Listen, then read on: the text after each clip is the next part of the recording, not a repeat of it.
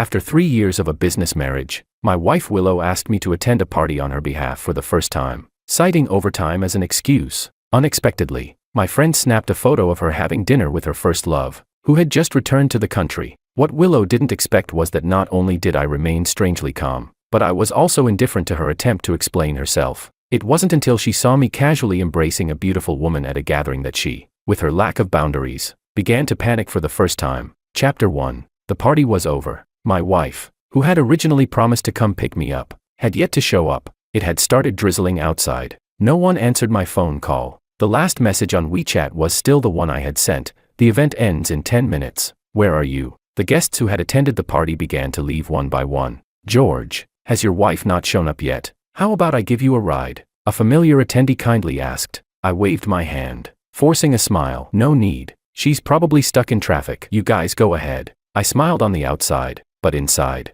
the anger was steadily growing. Last night, Willow had taken time out of her busy schedule to ask me for a favor. She still had work to do. She wanted me to attend the party on her behalf. She said she would come pick me up after the event ended. I didn't hesitate. I agreed. But after waiting another half hour, my patience was completely drained. I was ready to call a cab myself. Just as I was pulling out my phone, I saw a message from Willow. I'm still working. Just call a cab yourself. I didn't reply. I should have expected this. The night breeze calmed me slightly, and I felt a little sober. On my way home, I received a message from David. Fool. Guess where I am right now? I replied with a voice message. I'll punch you straight in the face if you don't stop messing around. A short while later, David sent me a video. The background showed a lavishly decorated upscale restaurant. Under the dim, suggestive lighting, I could clearly see a woman sitting at a table not far away. I recognized her at a glance. It was my wife, Willow. She was wearing a relaxed smile, one I hadn't seen in a long time. She was sitting across from a man. It was hard to make out his features. David's voice, smug as always, came through the video. Didn't expect Makoto to come back. Heard he just landed tonight. You should be careful. Heh. So, it turns out true love is back in town. No wonder she didn't have time to attend the party. Makoto, Willow's high school sweetheart. They broke up in their 3rd year of university. He had occupied the entirety of her best years. David and I knew because we were in the class next door back then. I asked David to take 2 clear photos for me. Then I casually forwarded them to Willow. No explanation. No apology. Not even a typing notification. I didn't care anymore. Our marriage had always been a transaction. I turned off my phone and leaned back in the car seat, closing my eyes. 3 years ago, Willow and I both crossed the threshold of 30. Under pressure from both our families, we got our marriage certificate. The wedding was grand. A perfect match. A strong union in the eyes of everyone. After marriage, she focused on her career, and I ran my company. We lived under the same roof, but we might as well have been roommates. We gave each other enough personal space. There was no love to speak of, but there was no conflict either. Willow always thought this was fine, but I didn't think so. It didn't feel like home. I got home, opened the door. The house was pitch dark. I pulled off my tie and poured myself a glass of ice water. The cold water slid down my throat, momentarily suppressing the discomfort rising in my stomach. After a shower, I heard the sound of rain hitting the window. The sound grew louder, as if the sky was pouring down. It hit the glass with a patter. I wiped my hair dry when my phone rang. It was a message from Willow. The rain is too heavy. I might not be able to make it back tonight. Just wanted to let you know. It didn't make sense. She had already been caught in her lie. And now this. I shook my head and didn't respond. Perfect match. Destined couple. The wedding host's words echoed in my ears. The Liu family needed the Wang family's connections in politics, while the Wang family valued the Liu family's business resources. I was Mr. Wang, and Willow Liu. We were nothing more than the most presentable tokens in this transaction. I thought feelings could develop, and a home could be built. 3 years had passed. I tried to get closer, but she always maintained the perfect distance. She played the role of roommate flawlessly. I had once held out a small hope for her, but after her deceit, that hope was completely shattered. Chapter 2. The sky was just beginning to lighten. I was still wrapped in the blanket, deep in sleep. Suddenly, I was awoken by the sounds coming from the hallway. From the sound, it seemed like Willow had come back. It was ridiculous. It was barely past 5. If she had chosen to spend the night out, she might as well have stayed out until she was well rested before coming back. She opened the door, stepped in and stood by the bed. I could feel her gaze on me, but still not fully awake. I ignored her. She stood there for a while, then suddenly reached out to pull my blanket. I opened my eyes and swatted her hand away, pulling the blanket back over me. It's bad to sleep with your head covered, Willow said in a stiff tone. I muttered, crazy, under my breath, shot her a glance, and turned over to continue sleeping. Willow had dark circles under her eyes, her hair a bit messy. She was still wearing the same clothes from yesterday, carrying the smell of the outdoors. It seemed like she hadn't expected my reaction. I was just trying to fix your blanket, she said before retreating from the room. I slept until the sun was high in the sky. In the living room, Willow had changed into her loungewear and was having breakfast. It seemed like she, like me, had only just gotten up. Don't you want to explain what happened last night? I pulled out a chair and sat down. She paused her movements, looked up at me, and said, Makoto just came back to the country. We haven't seen each other in years. We just had a simple meal. As for lying to you, I just didn't want to explain further so you wouldn't overthink it. So last night, you two went to a hotel. Willow set down her spoon and frowned slightly. George, don't say things like that. Once the rain eases, I'll head back. I nodded, picked up the glass of water on the table, took a sip, and said calmly, all right, got it. My calm reaction, instead of the expected argument or questions, seemed to surprise Willow. She looked at me. It seemed like she was trying to find even the slightest trace of anger or hurt on my face, but she found nothing. I picked up a slice of toast and slowly spread some jam on it. My attention seemed completely focused on breakfast. You don't have anything else to say? Willow finally couldn't help but ask, her voice tinged with uncertainty. I glanced up at her, forced a polite smile, and said, say what? Should I wish you a pleasant meal? Willow was stunned. She opened her mouth, but in the end, said nothing. She lowered her head and silently continued eating her porridge. Chapter 3. From that day on, some things quietly changed. I no longer made a point of waiting for Willow to come home for dinner at the usual time. When work at the company got busy, I simply ate at the company cafeteria. Afterward, I might even spend some time at the gym. By the time I got home, it was often already 8 or 9 o'clock. Willow seemed to notice this change. At first, she probably thought I was sulking. She would still, as usual, send me a WeChat message if I wasn't home by 7, asking, are you coming home for dinner? My replies were always brief and delayed. Busy. You eat first. Or I would just reply after a few hours. Once I was already home, I've eaten. After a few times, she stopped asking. On the weekend, not wanting to stay at home, I called up David. As soon as I got out of the car, 2 girls dressed in JK uniforms surrounded me. They both smiled sweetly and said in unison, hello, George. I was completely confused. I was sure I had never seen these 2 girls before. Hello, do we know each other? They didn't answer. Instead, they walked up to me, one on each side, and hooked their arms around mine. My arms were immediately trapped between 2 deep valleys. What are you doing?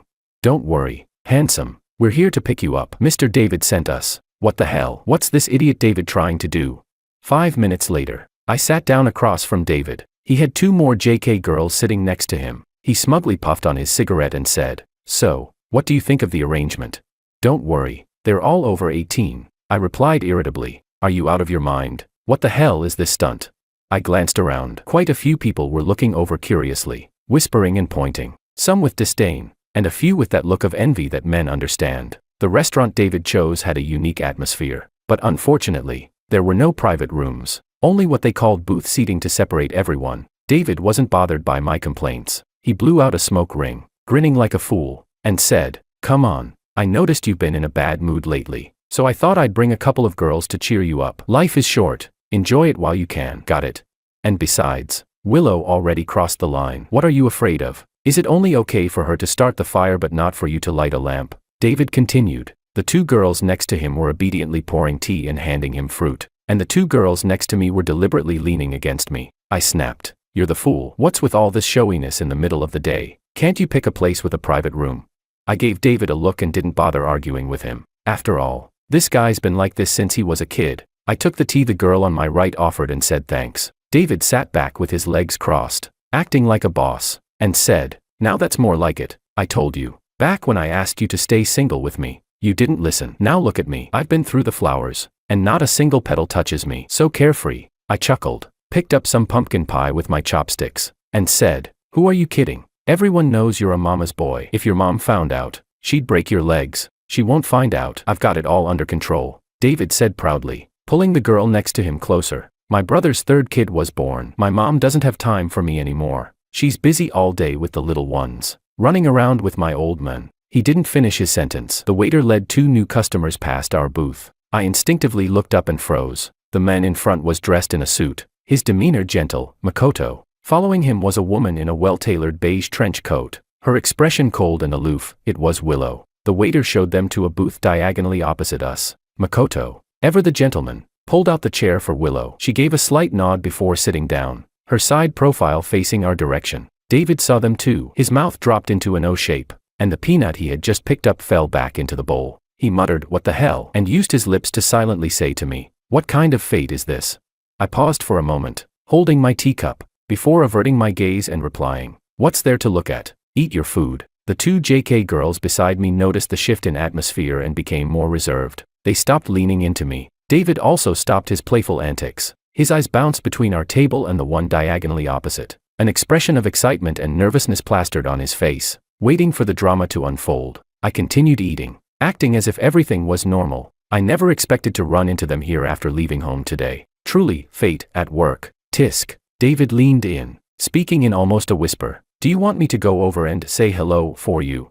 I didn't even look up and replied, "Are you an idiot? Eat your food." Just then, Willow seemed to sense something. She turned her head toward our direction. Her gaze first swept over David and the two girls next to him, a subtle look of disdain flashing across her face. Then, it landed on me. We locked eyes from across the tables. The restaurant's noisy background sound seemed to disappear in that moment. For a brief second, I saw a flash of surprise in her eyes. Then, a scrutinizing look followed. Her gaze lingered on my face for a moment before drifting to the two young girls in JK uniforms sitting on either side of me. Her brows furrowed imperceptibly. Her expression quickly turned cold, as if coated in a layer of thin ice. I met her gaze, not looking away. I simply stared at her. Even the corners of my mouth curled into a faint, elusive smile. Chapter 4. The eye contact between Willow and me lasted only a few seconds. She was the first to look away, turning back to say something to Makoto. Makoto followed her gaze and turned to look at me. He froze for a moment when he saw me. Then he gave an awkward yet polite smile,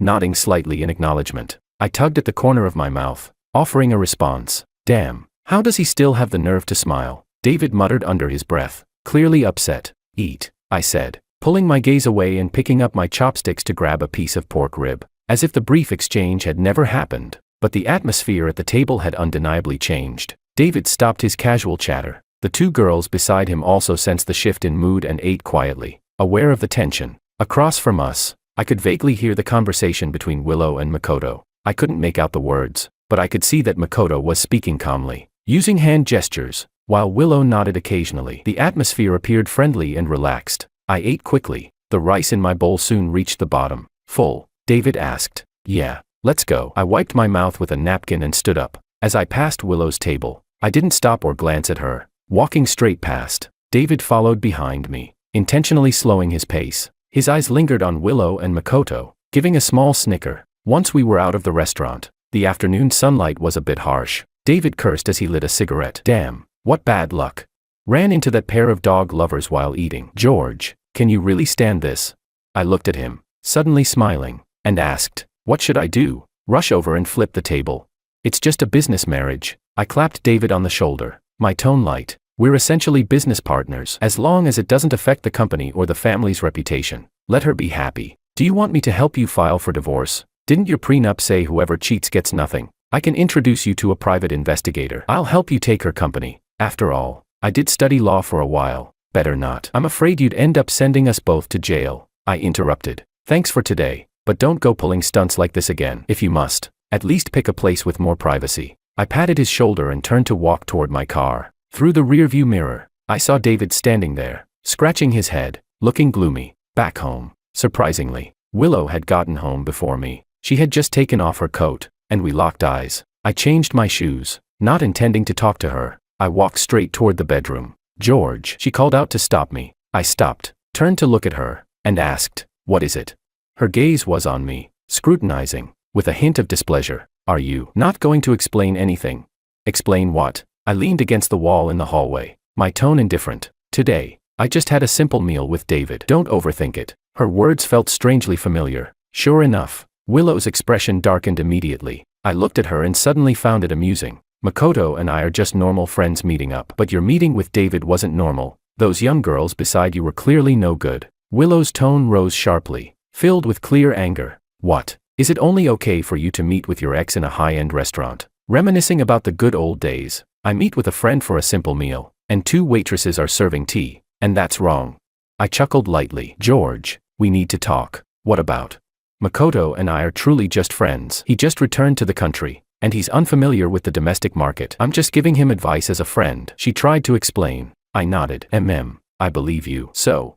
My response caught her off guard again. She probably expected an argument, questions, or even sarcasm, but she certainly didn't expect me to be this indifferent. So you don't need to get back at me by messing around with David. She finally said what she had been trying to say. You're overthinking it. I don't have the time for such childish games. I've just figured things out, I said, and I didn't look at her complicated expression anymore. I turned and walked into the bedroom. Chapter 5. That night, I didn't sleep well. Half awake, I seemed to hear the master bedroom door open and close a few times. There were faint footsteps lingering in the hallway. I knew it was Willow. In the days that followed, we entered a full-blown Cold War mode. Or perhaps, it was a new phase for us. Willow went to stay at her parents' house. She didn't formally tell me. One day, when I came home from work, I saw her with a small suitcase, driving off without a word. I didn't call to ask. Before going to bed that night, I received a brief message from her on WeChat. Busy with work recently. Staying at my parents' place for a few days to make it easier to work overtime. I stared at the screen.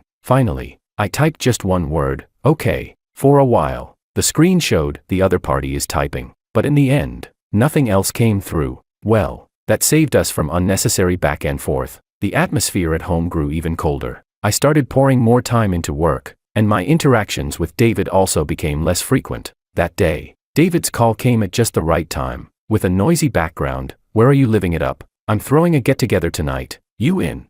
Working. Overtime tonight. I replied succinctly. No way. Weren't you the one who hated working overtime the most? I've got some proper girls tonight. From the art school. Guaranteed fresh and elegant. Really working overtime. The project is important. I cut him off. Next time for sure. There was a brief silence on the other end. Then David's tone became a bit more serious. All right. You take care of your work. Just let me know if you need anything. After hanging up, I leaned back in my chair. The internal phone rang. It was my assistant, Mr. Wong. Mr. Makoto Ito didn't have an appointment but said he needed to see you. Should I let him in? Makoto, what was he here for?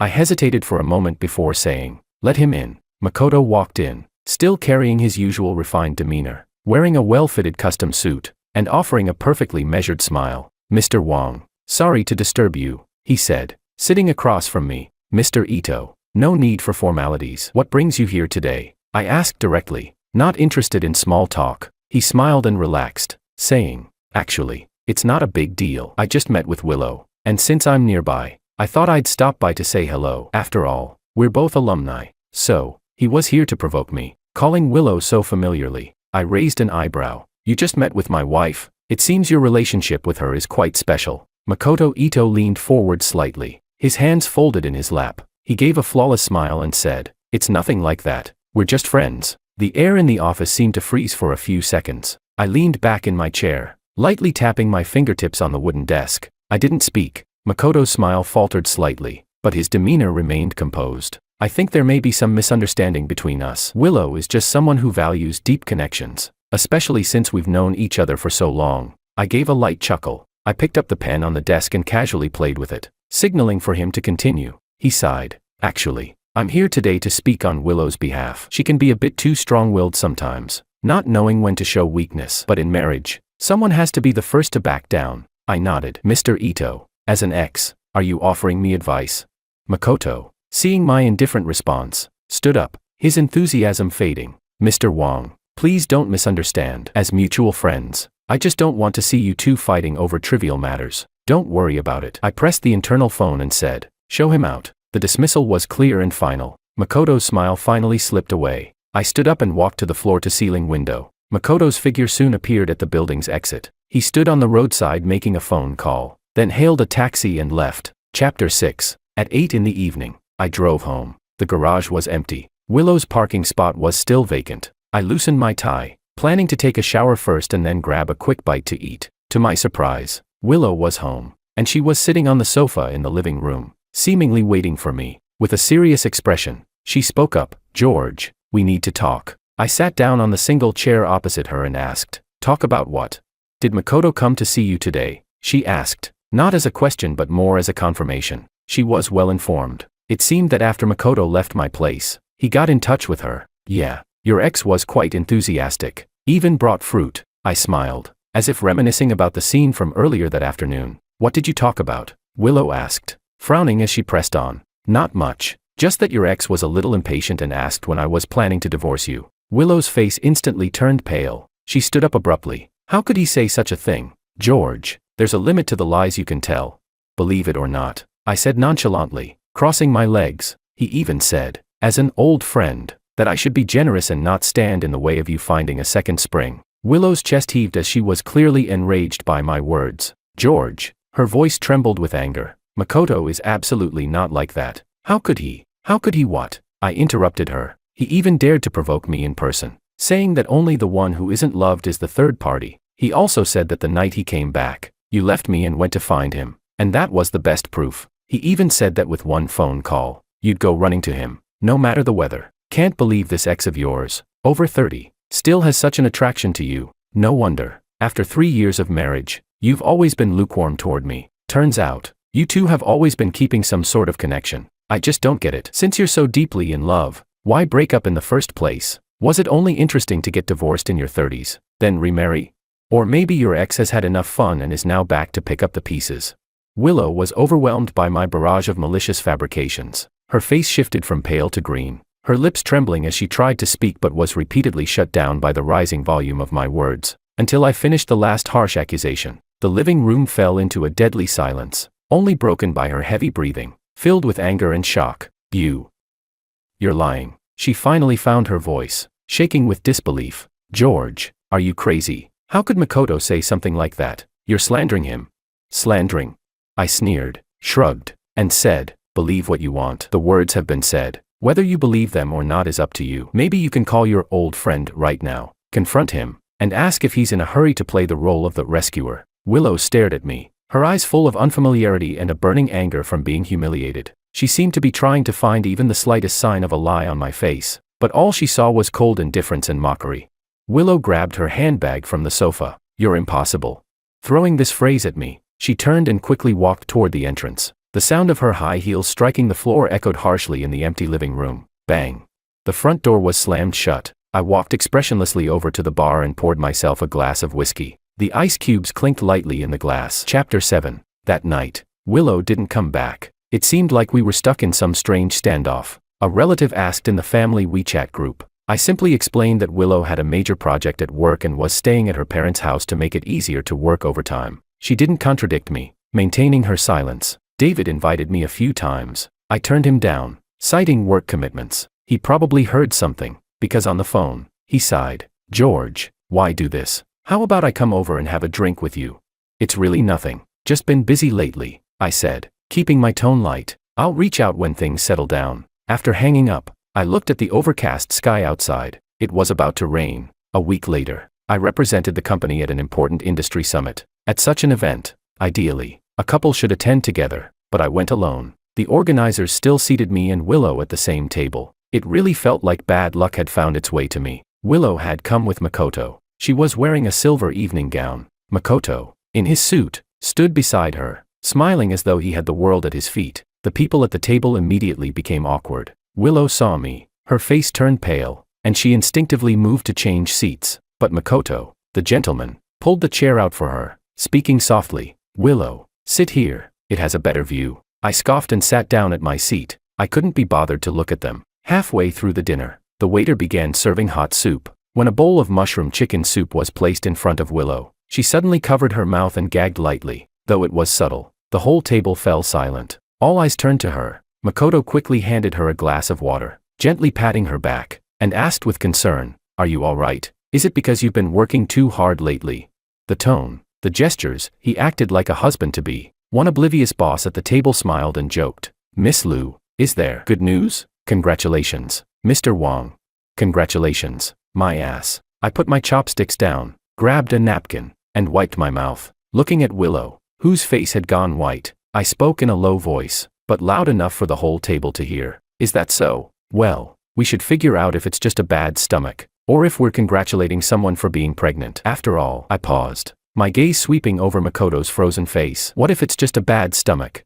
The table fell into dead silence. The boss who had congratulated us turned several shades of red and white, Embarrassed to the point of wishing he could crawl under the table, I stood up, tugged at my tie, and gave the group a polite smile. Sorry, everyone. Please enjoy your meal. I'm feeling a bit sick, so I'll excuse myself. Behind me, there was a dead silence. Then, suppressed murmurs broke out. I walked out of the banquet hall without looking back. As soon as I sat in the car, my phone started vibrating wildly. Willow's name flashed on the screen. I hit the mute button and started the engine. I hadn't driven far when I saw Willow at the intersection. She was wearing a thin evening dress, standing in the night wind, looking paler than a ghost. She saw my car and immediately rushed over, blocking the way. I slammed on the brakes. She pounded on my car window, completely losing her composure. George, get out of the car. Let's clear this up.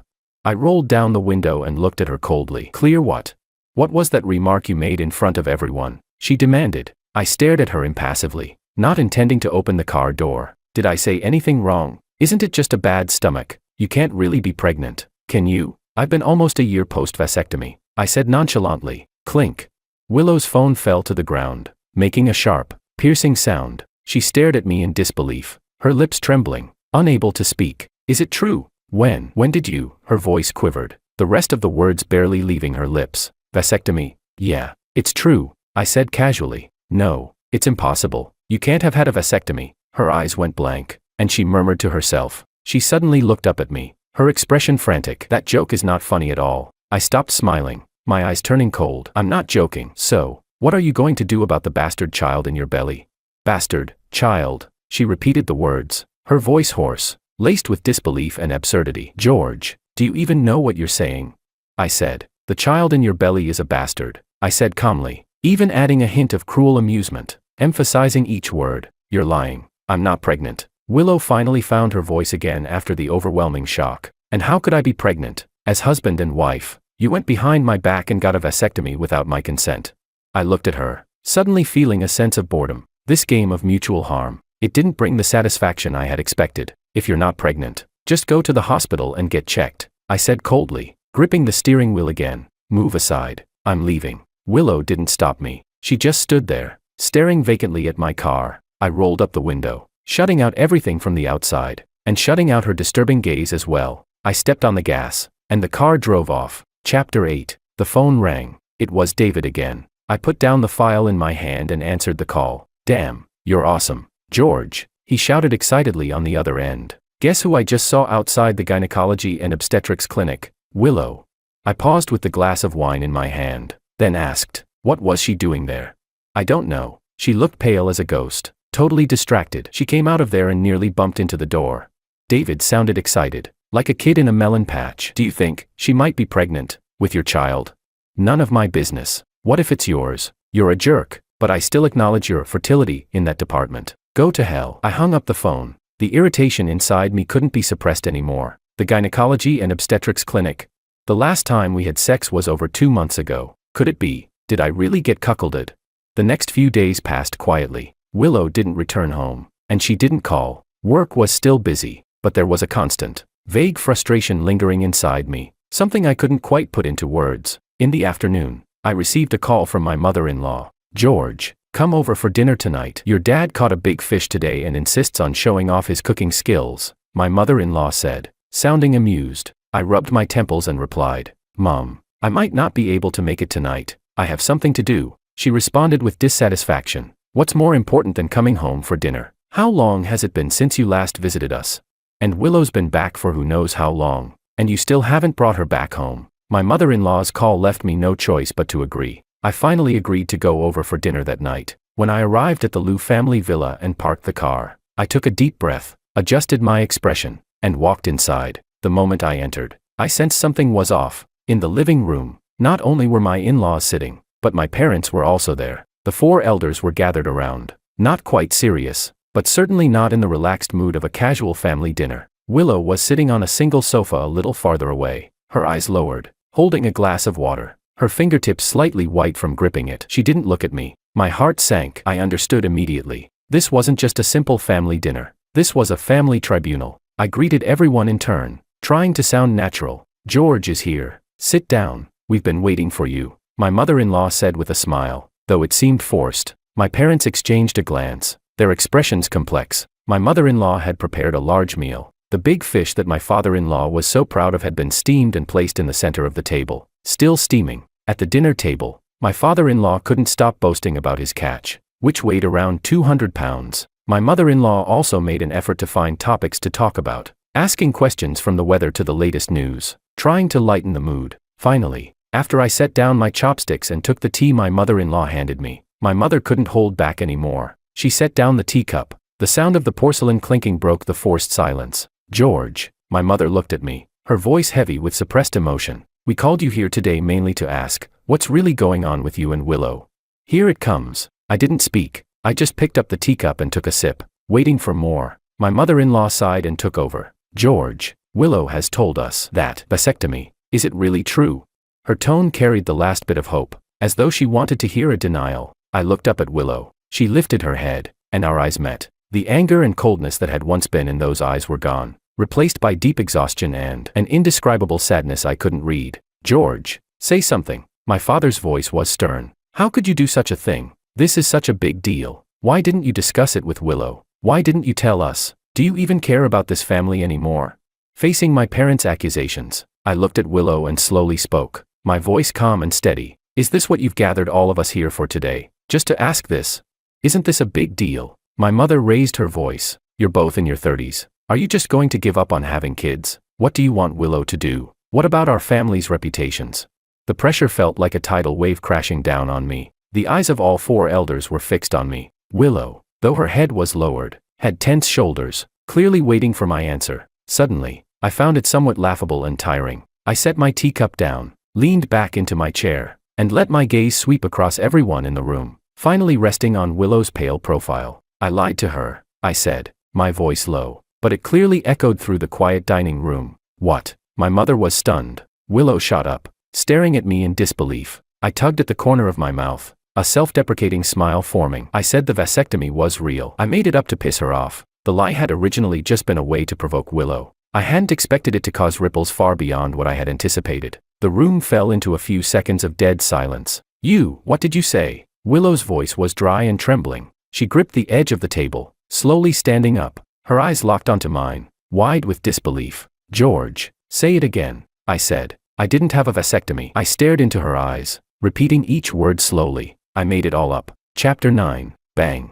My mother slammed her hand on the table, her voice both furious and urgent. "You child, can you just say whatever comes to your mind like that? Do you even know?" "Know what?" I interrupted, my tone edged with suppressed frustration. My gaze shifted to Willow. "Then why don't you ask her why she felt guilty enough to go to the obstetrics and gynecology department? Isn't the reason obvious? Her ex comes back and rushes to see her, and she lies to me, saying she's working late. She spends all her time with her ex, and tells me they're just friends." "No." Willow's voice suddenly shot up. Her body started shaking uncontrollably, and tears flooded down her face without warning. "I went to the hospital because I thought you really had a vasectomy." Her words left everyone stunned. "I haven't done anything wrong. I'm not pregnant. But I was scared. I was scared that if I did get pregnant, and you had a vasectomy, who would the child belong to? That stain couldn't be washed away. I had to get it checked." I watched as she frantically pulled a folded paper from her bag and slapped it down on the table. "This is the checkup report. I'm not pregnant," she cried out, her voice full of hurt and anger. "I even asked the doctor. I asked her if a wife could still naturally get pregnant after her husband has had a vasectomy. The doctor told me that reversing a vasectomy is risky. And it could mean losing the ability to have children forever." She cried so hard she could barely breathe. Her makeup was a mess. Both my parents and Willow's parents stood frozen, glancing between me and Willow, who was on the verge of passing out from crying. My mother-in-law rushed over to hug her. Willow raised her tear-filled eyes and glared at me with intensity. "George, all I could think about was, what if you really couldn't have kids anymore? What would we do? What would our family do? What if we want children in the future? What would we do then? I never even considered divorcing you over this, but you're using such a vicious lie to play with me, to get back at me." My mother opened her mouth to say something, but it turned into a sigh instead. I sat silently in my chair, not speaking. That sense of irritation in me strangely calmed down. "Yes, it was wrong of me to lie to you," I spoke, my voice eerily calm. "But can you ask yourself honestly, why did I lie to you? The day Makoto came back, you said you were working late. But what happened?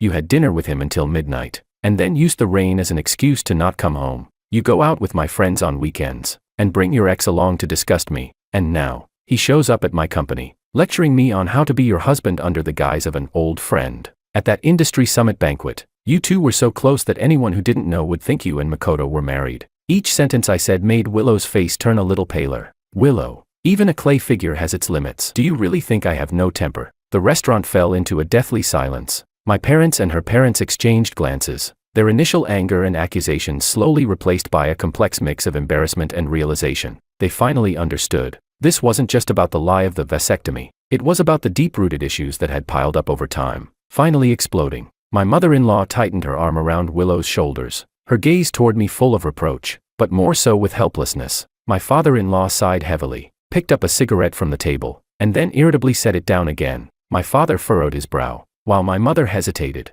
her words unspoken. Willow pulled away from her mother-in-law's embrace, wiping at her tear-streaked face, her eyes swollen and red. Yes, I admit that I mishandled things with Makoto. I ignored your feelings. Her voice was still hoarse, but there was a determined tone in it. I lied to you about working late, and it was my mistake to meet him frequently and make you uncomfortable. But I never, ever thought about betraying our marriage, and I never thought about leaving. I thought we just needed more time to adjust. She took a deep breath, trying to calm her emotions. He just came back to the country, and there were a lot of things he needed help with. I admit, I was fuzzy about boundaries, which made you misunderstand. But I swear, there is absolutely nothing between me and him. My mother-in-law opened her mouth to speak but was stopped by a look from my father-in-law. My parents also stayed silent. They realized that the argument at this moment needed to be resolved by the people involved. I looked at Willow. Her defiance and hurt in her eyes didn't seem fake. The anger in my chest was strangely doused by her tears, leaving only deep, overwhelming fatigue. Chapter 10. Time to adjust. I repeated her words with a tone of mockery, but with less of the sharpness I had before. 3 years. Willow, haven't I given you enough time? I tried to get close, but you kept pushing me away with your independence and boundaries. Makoto comes back, and you sure used your time and boundaries all on him. Don't even say I lied to you. In the end, it's still you and Makoto who are unclear with each other. I didn't go up and beat him up. That's already me giving you face. Willow's lips moved, but no sound came out. She stared at me, like I was a stranger. So, in your mind, Makoto and I must have had something going on, right? Her voice was soft, numb. I didn't respond. I simply let her assumption stand. My parents and her parents looked grim, but no one spoke up. This mess was something only we could handle. George, you're such a bastard. She didn't look at me again, turning instead to the 4 elders and deeply bowing. Mom, Dad, I'm sorry. I'm embarrassed to have you see this. I can't eat this meal anymore. With that, she didn't wait for anyone to respond and turned, walking away. The sound of her heels faded as she reached the stairs. My mother-in-law tried to chase after her, but my father-in-law held her back and shook his head. George, my dad sighed, his face full of exhaustion, but hesitated to speak. You, sigh. I stood up, tugged at my tie, and said, I'll leave now. No one tried to stop me. I stepped out of the Liu family villa. The cool night air hit me, and my mind cleared a bit. My phone buzzed. It was David. How's it going tonight? He asked. My parents are here too. So, did you guys make up? I don't know. It's a bit complicated. Shit. Wanna come out for a drink? David asked, testing the waters. I'm not going. I'm going home to sleep. I hung up the phone but didn't start the car. Willow Liu's image from tonight flashed in my mind. There was a lump in my chest, but that feeling was quickly overtaken by something stronger, annoyance. Why is it that she can cling to her ex, but somehow, I'm the one who looks like the bad guy?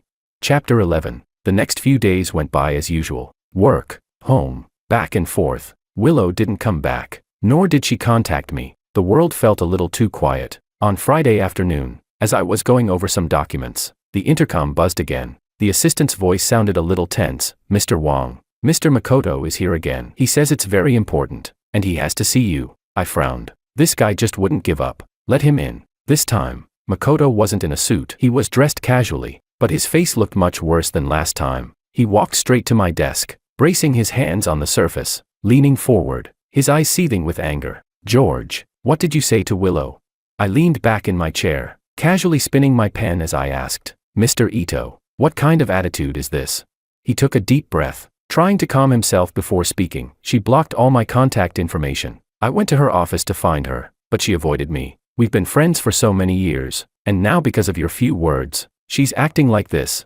I laughed. Words. I only passed along what you said to me, that I should divorce quickly and make way for you. What? Now you're saying you didn't say that. Makoto's face changed. You're slandering me. When did I ever say something like that?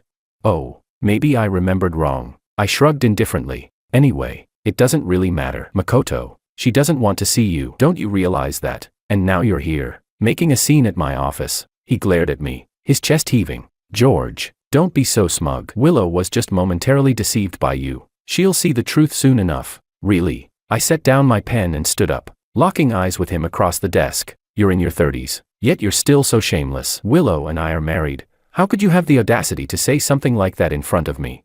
Makoto was choked by my words, his face flashing between blue and white. I walked around the desk, stood in front of him, and patted his shoulder with a sincere tone. Mr. Ito, let me offer you a piece of advice. Don't go after another man's wife. It's immoral. And besides, I leaned in close to his ear, lowering my voice. How do you know she blocked you not because she finally saw through you and found you disgusting? Makoto shoved me away violently, his eyes full of murderous intent. You. Please show Mr. Ito out. I pressed the intercom button. This time, Makoto was escorted out by security. When I got home that evening, the hallway light was on. I froze for a moment. Willow was sitting on the living room sofa, wearing loungewear. Her hair was damp, as if she'd just taken a shower. She didn't look at me, staring at the TV screen, but the screen was blank. I changed my shoes without saying a word. I walked straight into the kitchen to get some water. I moved back in. She spoke suddenly, her voice flat. I came out holding the glass, leaning against the partition. She finally turned to look at me. Her eyes were still a bit puffy, but her expression was calm. Did Makoto come to see you today? Yeah. What did he say? Nothing new. I took a sip of water. Then I casually started to talk nonsense. He told me to step aside and let him take my place. He said I exposed him and caused him to be blocked. I told him not to keep chasing someone else's wife. It's immoral. But he said that a goal scored by the goalkeeper makes the game more exciting. I've never met anyone so shameless. And he's an overseas returnee. Ugh. Disgusting. Willow's expression darkened visibly, but she didn't react with the same heated retort as before. Instead, her hand, resting on her knee, subtly tightened around the fabric of her loungewear. Did he really say that? Her voice carried no detectable emotion. Does it matter? I threw the question back at her and walked over to the other end of the couch. Anyway, you've blocked him, haven't you? Willow fell silent for a few seconds before softly replying. I made it clear to him. She added, that from now on it's just strictly work, and we won't meet privately anymore. She paused before adding, if there's any future work to discuss. It felt like an explanation, a concession, but the vague, unresolved frustration in my chest didn't dissipate. Trust is like a piece of paper. The creases aren't so easily smoothed out. Do whatever you want, I muttered, picking up the remote and turning on the TV. The sound of business news filled the silence of the living room, but it only made the atmosphere feel emptier. It was as if life had returned to square one, but some things were definitely different. Even when we slept in the same bed, it felt like there was an invisible chasm between us. Time, like a dull knife, slowly passed. Another month. David had wisely stopped asking me out. He only sent jokes and humorous snippets over WeChat. Willow no longer brought up Makoto. She even started reducing unnecessary social engagements, coming home on time more often after work. Occasionally, she would try to start a conversation, something about a new company project, or a newly opened restaurant. I usually gave brief responses, and the conversation would falter, the air once again growing thick with silence. We both knew that crack between us couldn't be mended just by avoiding the subject or pretending to be at peace. We were both trapped in this marriage, bound by family, interests, appearances, and that small shred of reluctance and unresolved resignation. The rain stopped. I suddenly said, looking at the gradually clearing night sky. Willow followed my gaze, responding quietly. Dad asked me yesterday when we're planning on having kids, she said suddenly, her voice light, almost as if speaking to the air. I turned to look at her, asking, what did you say? I said, whenever it happens. She smiled wryly, a touch of self-mockery in her tone. He seemed a little disappointed. I didn't respond, glancing at my phone instead. David had just sent me a business card. George, she finally turned to face me, her eyes filled with a complex expression. Are we just like this now? Her question was vague, but we both knew what it meant. I stared at the city's neon lights in the distance, silent for a long while. I don't know. The light in Willow's eyes dimmed slightly. She didn't say anything else, turning and heading toward the bedroom. After a few steps, she stopped, not turning back as she spoke. Flight Monday at 9 a.m. No need to see me off. A 2-day business trip, she added. Then, she shut the bedroom door.